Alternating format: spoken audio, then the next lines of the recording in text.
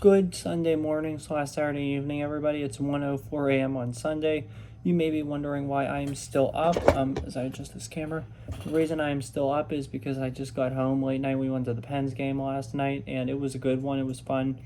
Pittsburgh did win, but I'm gonna save the Pens for another video. It's actually my next video, believe it or not, is I'm gonna move my face and my body so I can cover up that light. But anyway, the reason I'm here is to discuss Pitt Game Day postgame. So, Pitt Panthers football team fell yesterday to the Duke Blue Devils by a final score of 30-19.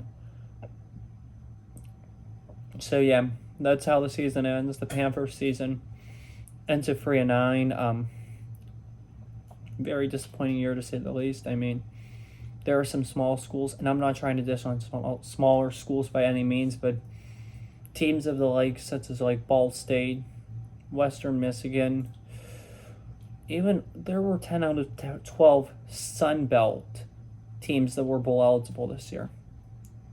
And the Sun Belt, I mean, they play tougher teams. Like, this is like your Georgia Southern and that kind of stuff. And they still produced two pretty good teams. Because they had James Madison, who's good, and they're going to a bowl game, thank goodness, because there's not enough bowl eligible teams. That's kind of hilarious how that ended. You got Troy. You got Appalachian State. I mean, there's so many good schools in the Sun Belt. I mean, I know you're comparing apples and oranges here, but a lot of these schools had better records this year than Pitt.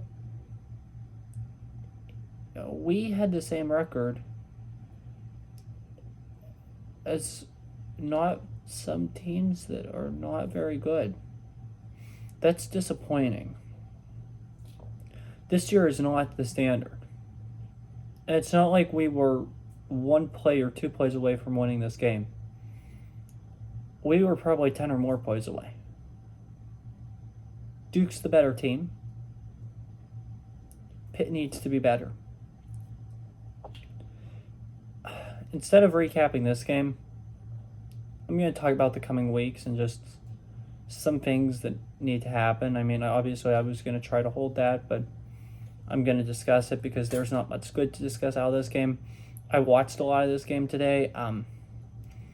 I watched some of it. I was flip-flopping back and forth between that, Ohio State and Michigan. Congratulations to Michigan on their big win. Hopefully they win the Big Ten and they go far in the playoff because I'm also a Michigan fan as well. So good job, Michigan. Better luck next year, Buckeyes. Wow, I want to start this off with saying something good about Pitt, the University of Pittsburgh, and the athletic department as a whole. So today, in the middle of the Michigan-Ohio State game and Pitt-Duke game, to be funny, I know they talked about this last night, I know this has been in the works for days, but Michigan State football officially announced that they had hired Oregon State Beavers head coach Jonathan Smith a new contract, and that he would be the next head football coach for the Michigan State Spartans. Why this is a big deal. Oregon State fans are upset, and rightfully so. Smith was there, that was his alma mater of Oregon State. Oregon State is now, after an 8-4 year, after they looked on the bright, the football future was bright there, everything was going good for them, they looked like a good team this year. They were 8-4. Bad loss to Oregon last night. Basketball team's not very good either. They got pounded by us. Hail to Pitt. So right now, their basketball team's not good, as I just said. Their football team does not have a conference and does not have a head coach. No other school in the nation can say that. Washington State obviously does not have a conference, but they have a head coach.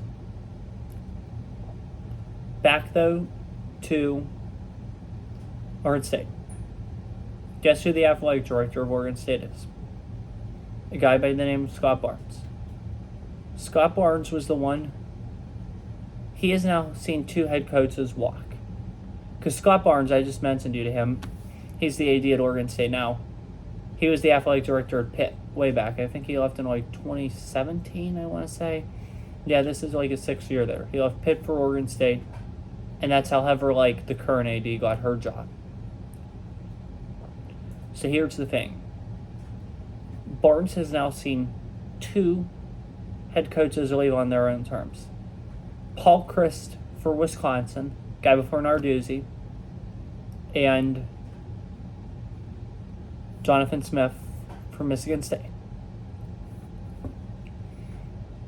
But the fact that we lost Scott Barnes as our AD, the guy who hired Narduzzi, the guy who hired Kevin Stallings, and I know Narduzzi did win an ACC championship, and I'm grateful for that. He has delivered a lot of success. And we should all be thankful and grateful for him, especially on this Thanksgiving weekend.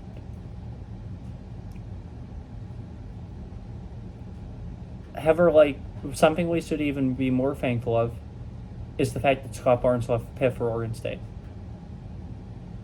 However, like, transformed Pitt athletics.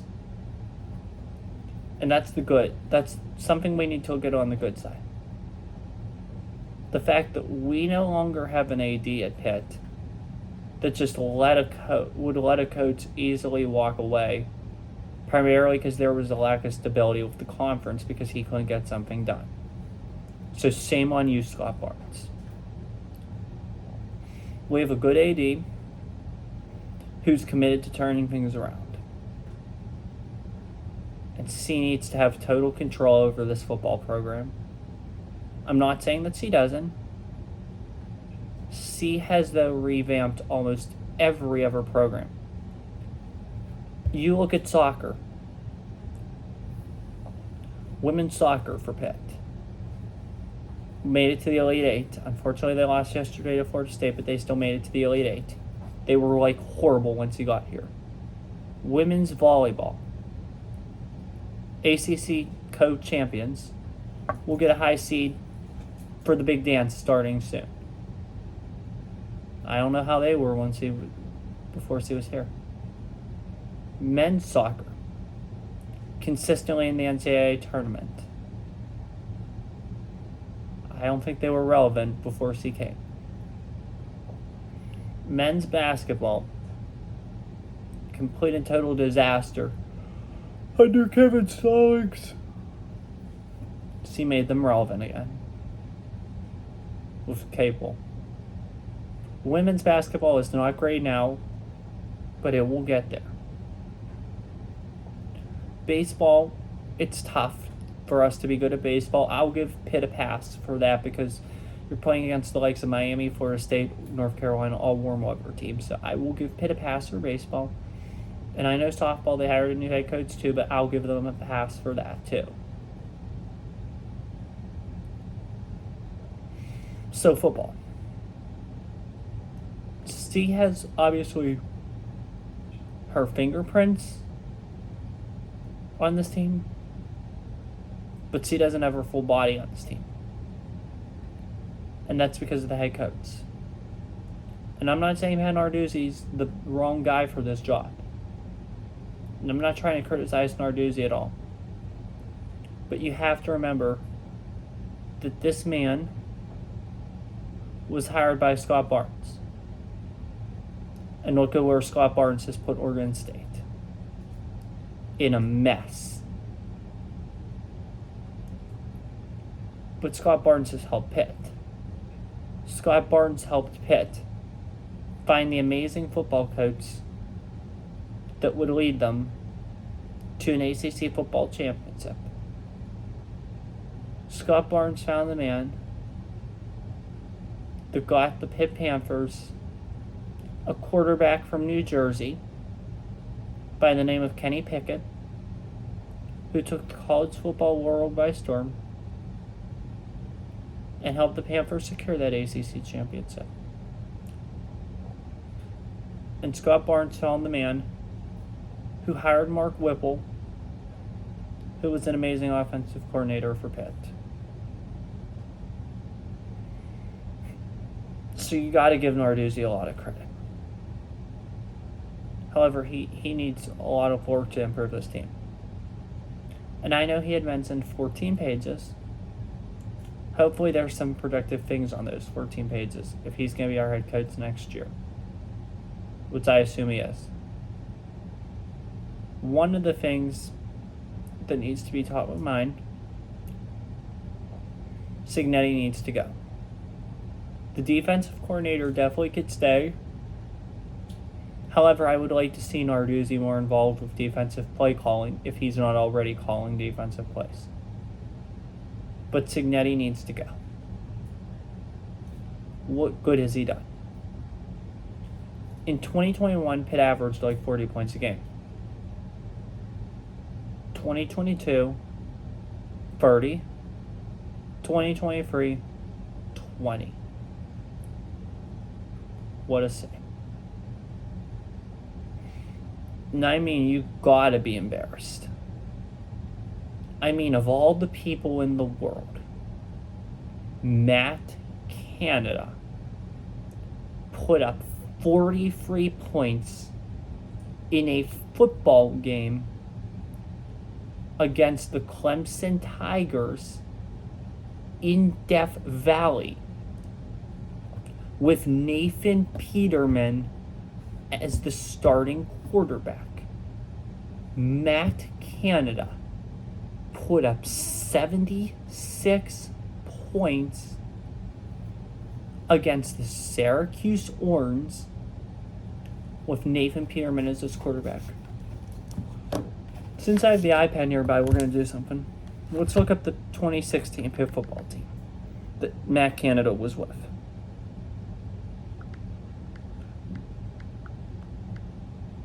Because I know, obviously, Matt Canada is under a lot of scrutiny. He just got fired from the Steelers.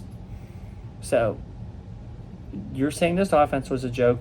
Let's look at the one Matt Canada ran in Pittsburgh with the Panthers.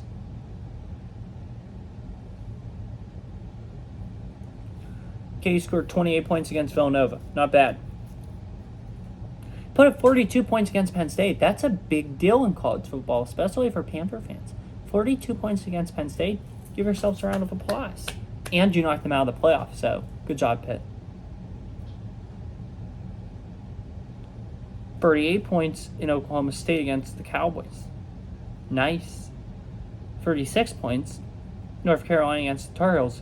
Very nice. 43 points against Marshall at home. Awesome. 37 points against Georgia Tech at home. Even more awesome. 45 points against Virginia and Charlottesville. Nice. 36 points against Virginia Tech at home. Awesome. 28 points against the U. 43 points against Clemson in that big upset. 56 points against Duke. 76 points against Syracuse. And then 24 points against Northwestern in the bowl. Look at your quarterbacks that year. That was Ben DiNucci and Nate Peterman. Your running backs were James Conner, Darren Hall, Quadri Olson. Okay, that is a lot of talent. Receivers, Maurice French, Quadri Henderson, just your way. Everybody on this team, it seems like, but Nate Peterman, Connor, Brian O'Neill,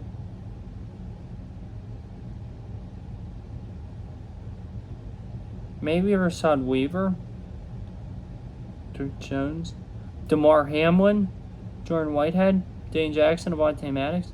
There was some talent on this team, but it wasn't like this team had a million talented pieces. I mean, this team has talented pieces too. Just didn't work out. I think Cignetti's firing needs to be priority number one. Not far behind needs to be removing the O-line coach, or not so much the O-line coach. I'll give them some credit because of how they did this year on that. I mean, the injuries and stuff killed you. The wide receivers coach should say, because they've done well. Quarterbacks is Cignetti. Whoever's coordinating the run game, too, is a disaster. So, yeah. Defensive, I think everything but D-line I mean, I would possibly look into firing the D-line coach. Here, let's pull up a full list of the coaches, and I'll tell you which ones I think probably not the best idea to keep. I probably really shouldn't even be doing this either, but oh well. Just trying to share my thoughts with some of you guys.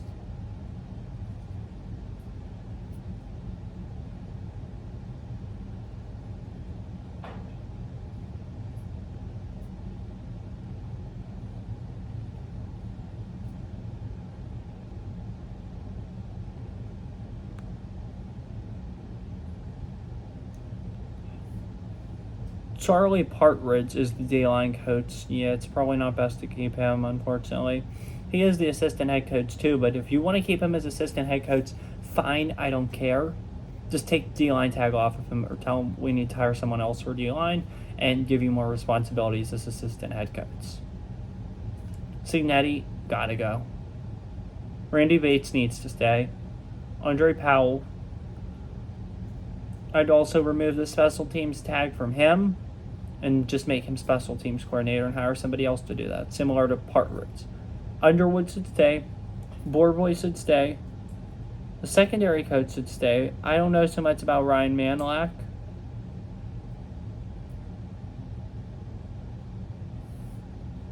Other than that, I mean, I don't really know much what to do at this point. At this point, it's probably best, just to take a breather. Just reflect. Remember this year for what it was. The worst season ever of Pitt football. Just hope and pray we never see something like this again. That's all you could do. I'm not going to rant anymore. There's nothing to rant about. The season is over. I'll have some off-season content for y'all. Hopefully it's good stuff, and we'll get more into it. It's only like major news and stuff I'll cover, but you won't hear a lot about me. I'm primarily going to set my focus. I will talk some probably about the girls volleyball team, but not a whole lot. I'll be doing stuff with the men's basketball team soon.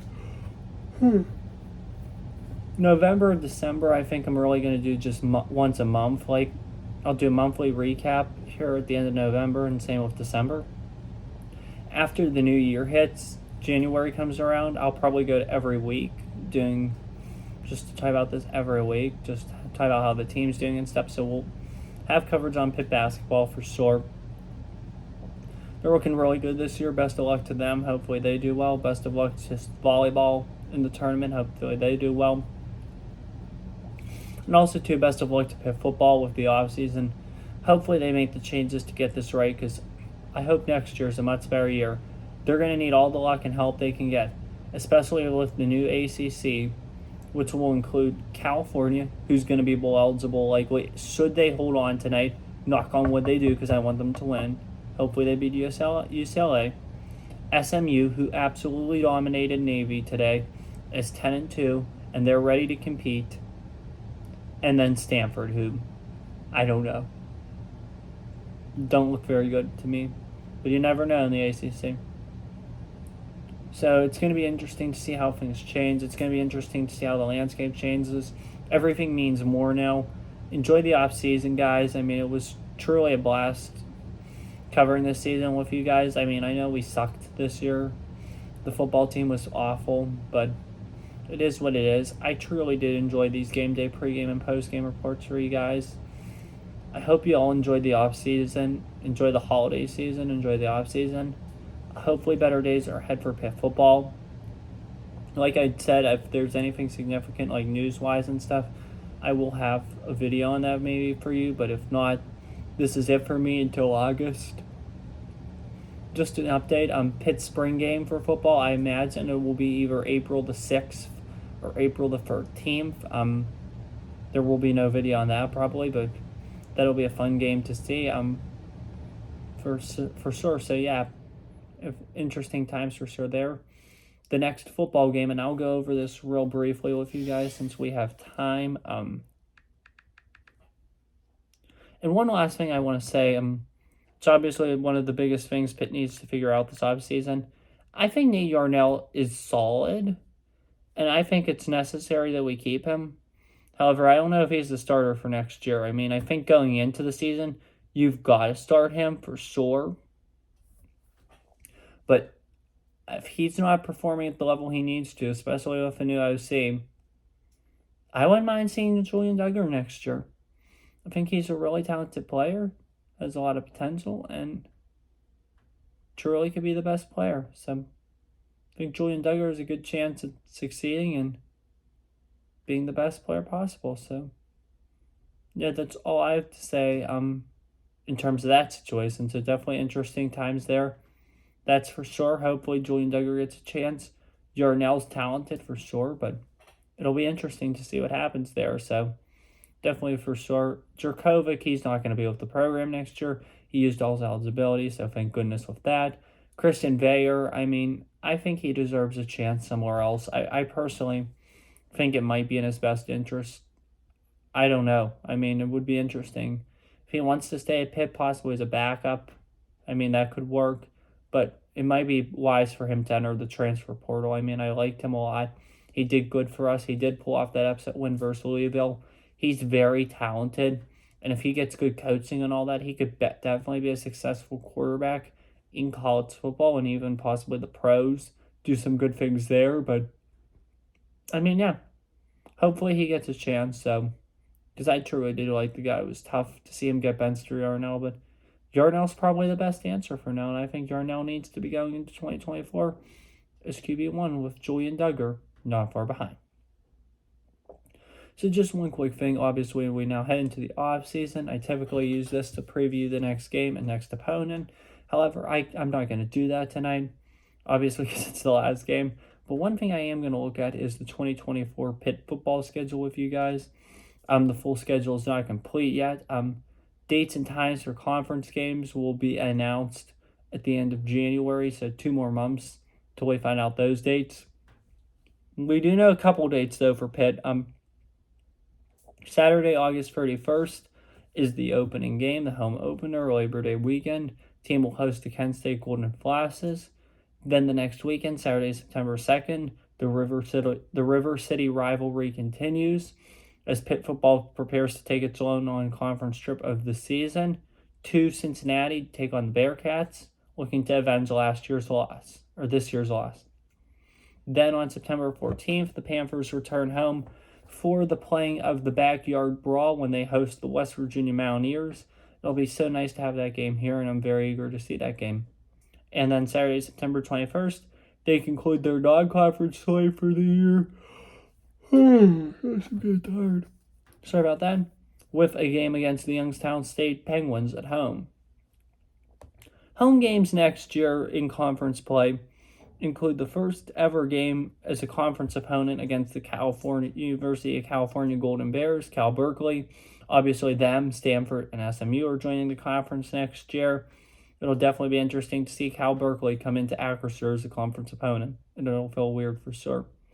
Clemson, Syracuse, and Virginia are our other home conference opponents, so definitely an exciting slate on tap at Acrisure, that is for sure. The road games we will play next year in the ACC are Boston College, Louisville, North Carolina, and SMU. Definitely an exciting road schedule, that's for sure. Some good road trips, especially if you like going to Carolina, if you want to see New England and Boston. Louisville, there's a lot to do there. And make a road trip possibly to Dallas or Cincy. Those would be 2 cool cities to go to as well. Definitely good times coming. I think this team's going to be back to where it was in the past next year. I think we're going to be bowl eligible once again next year. Next year is probably one of the most consequential years, though, for the program.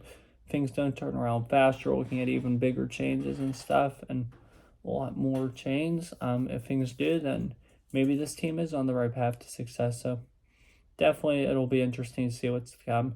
That's all I have. Thank you guys for a great season. Although it wasn't what we hoped for, I definitely appreciate the views and all that. It means a lot to me. I can't wait to be back here doing this with you guys next year. Thank you guys so much for your support this season. Enjoy the off season. I'll have more Panther coverage for other sports coming soon. I'll see you in August in regards to Pitt football. Have a nice off season. Enjoy the holidays. Take care. Stay safe. Pray for Israel. And as always, peace. See you guys soon. Thanks again.